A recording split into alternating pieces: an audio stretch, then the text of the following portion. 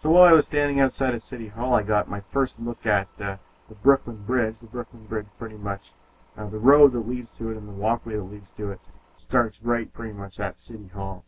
So I got a good look at it from head-on, looking straight across to Brooklyn from that area. Pretty neat. So after that, I kind of just wandered around a little bit and just looked at the other buildings that looked interesting to me. There's definitely lots of interesting buildings just in that area. Not particularly buildings that I really knew anything about. I hadn't really done any reading or heard anything about these buildings ever before. I really recognized them from anything. But nevertheless, they were really interesting, and that was just kind of the nature of the way I wanted to plan this trip out. Was just that you see something, oh, I want to go look at that. So you go over there and you look at it, and that's the way I wanted my trip to be, and that's what I did. So these are some of the buildings that I looked at while I was doing that. After looking at those buildings, I headed over towards where the one of the piers was near the Brooklyn Bridge. I wanted to see the Brooklyn Bridge a little bit better, so I went to I saw this pier called Pier 17, which was I guess probably an original fishing port, probably, and also a big warehouse there probably for fishing as well. But right now it's been converted into kind of a touristy sort of shopping mall in there. Just little 3-level building just full of lots of little shops that are selling posters and t-shirts and you name it, pretty much anything. And they also had a food court in there. So that was where I ate my lunch, not in the food court. I had my lunch actually outside. Just got 2 hot dogs from a hot dog vendor, and those were good. Well, this is an interesting idea. They have a carousel that is solar powered, so you can see they got all those huge solar panels and a big battery pack that's storing the energy. And, I'm sure it works great on a day like today. From that area, I got, as I was saying, more good footage of the Brooklyn Bridge. You can see pretty much the whole thing from one end to the other, just standing there, because the port sticks out into the water. So you're kind of already in the middle of the Hudson River, or the East River, I guess, and you can see all the way from one side to the other side of the bridge. And I could see that the bridge was currently undergoing restoration also, mostly on the Brooklyn side of things. Right around the middle of the bridge is where the restoration started, and they had blankets and sort of things covering a lot of the parts on the Brooklyn side of the bridge. So another place that I went and looked at, which was near Pier 17, was the Fulton Fish Market, which at one time was one of the biggest fish trading posts in the entire world. There was more fish traded there than anywhere else, and it was just located right there in Lower Manhattan, and it was still at that same location until just a few years ago when they moved their location up to the Bronx. Another interesting piece of trivia about the Fulton Fish Market is that a man named Al Smith, who was featured very heavily in the documentary that I watched about New York, he worked there when he was very young. Al Smith, at a very young age, I believe his father died, and his father was an Irish immigrant, and he died, and Al was quite young, maybe 10 or 12, and to support the family he had to go and work, and he got a job at the Fulton Fish Market, and Al Smith was quite a successful man by the end of his life.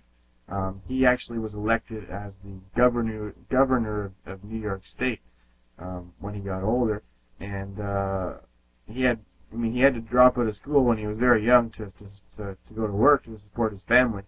So one of the jokes that they kind of made was that when people asked him where he was educated, he said he was educated at the FFM, which it's an acronym. Maybe it's a school, but in fact FFM stands for the Fulton Fish Market. So after that, I went over towards the financial district to look at a few things that I wanted to see. And the first thing I wanted to see was a big light-up clock, which is probably not a very common tourist destination, but it's featured in a movie that I enjoy watching, which is Big Daddy.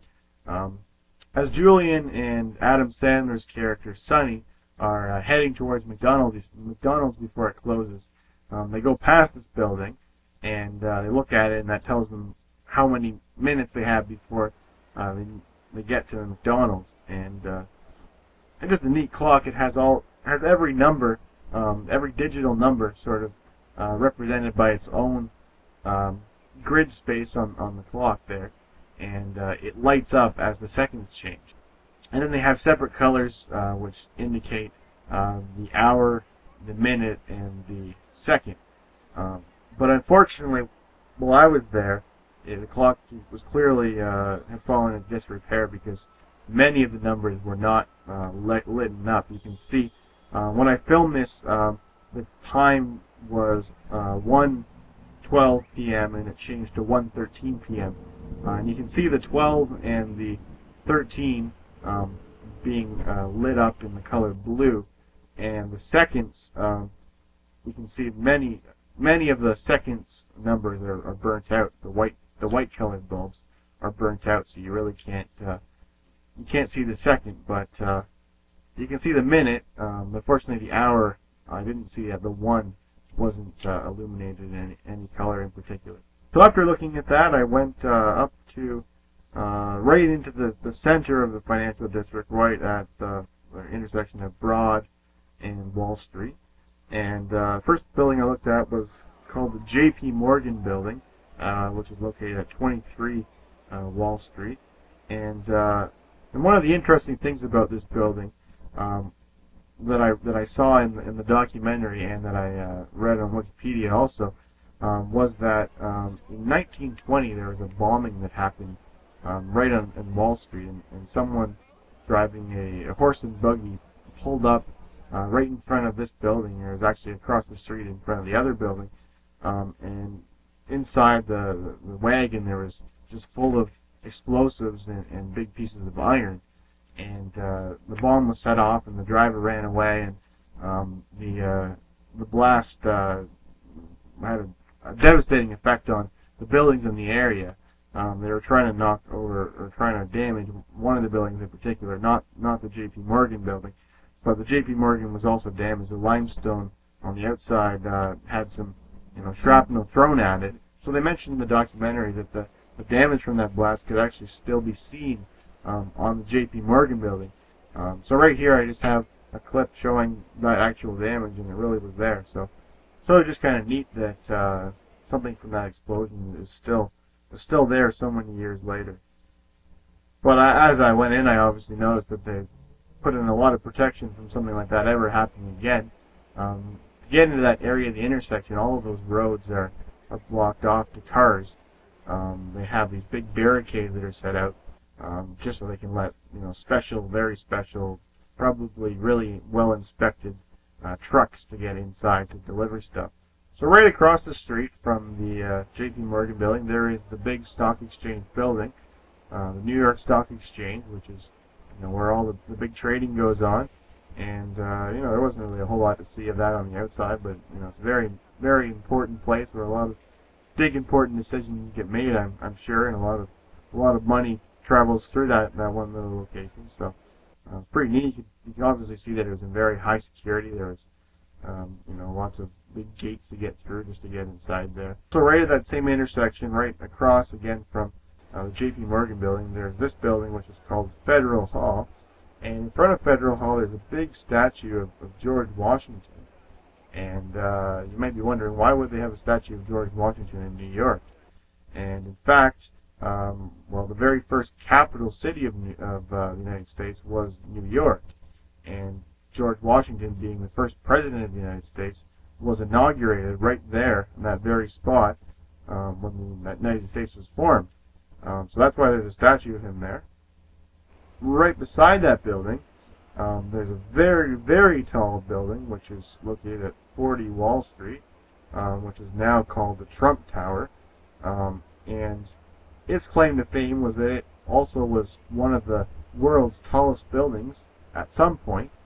This building was being built, 40 Wall Street was being built right at the same time that the Chrysler building was being built in around 1930. And both of them had the plan to overtake the Woolworth building as the tallest building in the world. Both design firms were kind of keeping their designs really really secret as the buildings were going up, because they didn't want the other builders to know how tall they were aiming for, because they didn't want them to aim a little bit higher, because, I mean, there's a limit to how tall they can go, and they're going to push that limit as far as they can. So when the 40 Wall Street building was completed, they felt they had been victorious. They thought they had the world's tallest building.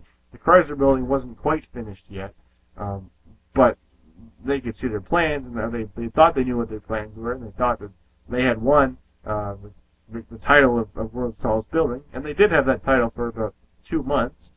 And then, the very, very end of the Chrysler building construction, they hoisted their big spire at the very top of the building, which gave the Chrysler building a little bit of extra height over the 40 Wall Street building, and thus the Chrysler building was dubbed the tallest building in the world. So the 40 Wall Street building had the title for about 2 months, and then the Chrysler building took it, and they only had it for about a year, and then the Empire State Building was built, and the Empire State Building held that title for about 50 years. So both the Chrysler building and 40 Wall Street really only had the title for a very, very short period of time. So those are the things that I saw on Wall Street. An interesting thing that I know about Wall Street is about how it got its name. Originally, when the area was being developed, I guess originally by the Dutch, the settlement was actually a walled city. There was a wall that surrounded the city of New York, and where Wall Street is located now was the north wall of the city. So when they tore that wall down, they put a road there, and they called it Wall Street. And but before that, all of New York, or all of that settlement, was all below that wall. So very, very small area of Manhattan Island compared to the fact that it's occupying the entire thing now, and maybe 10 times more space, or probably even more than 10 times more space, has been occupied above Wall Street. So after that, I headed over again to the waterfront, and just wanted to see a little bit more of it.